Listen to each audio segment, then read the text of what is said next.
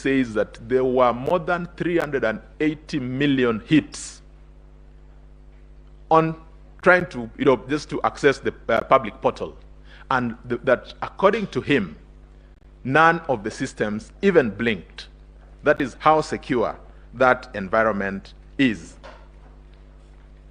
Now, the other question that somebody would want to look at in relation to Article 86 is the compliance with the provisions, statutory provisions in relation to procurement and all those. Again, I invite you, my ladies and my lords, to look at paragraph 64 to 71 of the affidavit of Michael Ouma. He then ends at saying that close of business, more than 14,239 people were successfully identified through that system. He describes it, to use his words, as a military-grade system. That is how comfortable he is with that, with the security features of that system. I come to the second question, which is whether there was interference with uploading and transmission of Forms 34A from the polling stations to the IBC public portal. The emphatic answer is no. I have given a general description of the infrastructure that was laid out. I will take a few moments to demonstrate that it wasn't possible to get into that system, and that even if somebody attempted to get into the system, then it would have been noticeable, to again speak to the fact of verifiability, and that one would be able to pick that with pinpoint precision because of the manner in which the system works.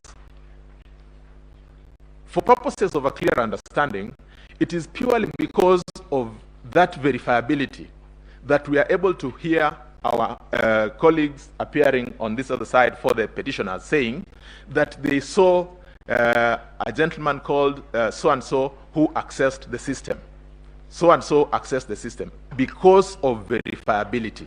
It means that those who were able to access the system must have been people who were then authenticated to access the system, because certainly you must get some human intervention if the system is to work. To this extent, we'll then invite you to look at the affidavit of Hilda Kavonga. Hilda Kavonga is the Manager Security and Business Continuity. Again, Hilda confirms emphatically that the system was not breached. She speaks at paragraph 7 in good detail about how robust that system was. I invite you, my ladies and my lords, to look at the structure of that infrastructure and just appreciate for yourselves how then it was secure for purposes of protecting the will of Kenyans. At paragraph 12, she even goes on to give security assurance through certification from the National Institute of Standards and Technology. Now, we look at this in relation to the allegations that have been made. There's an allegation about staging. Learned Counsel, Senior Counsel Philip Murgor spoke about the man in the middle.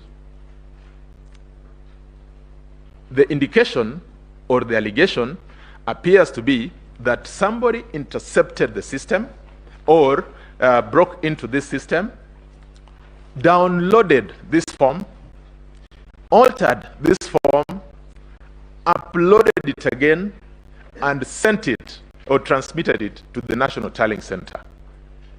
Like I said, when eventually we have an opportunity to look at the details that we have submitted, including the KIMS returns, it will be apparent that there was no such intrusion.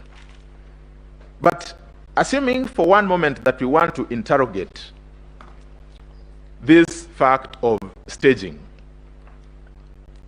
we then would want to ask ourselves, at what point in time did this happen?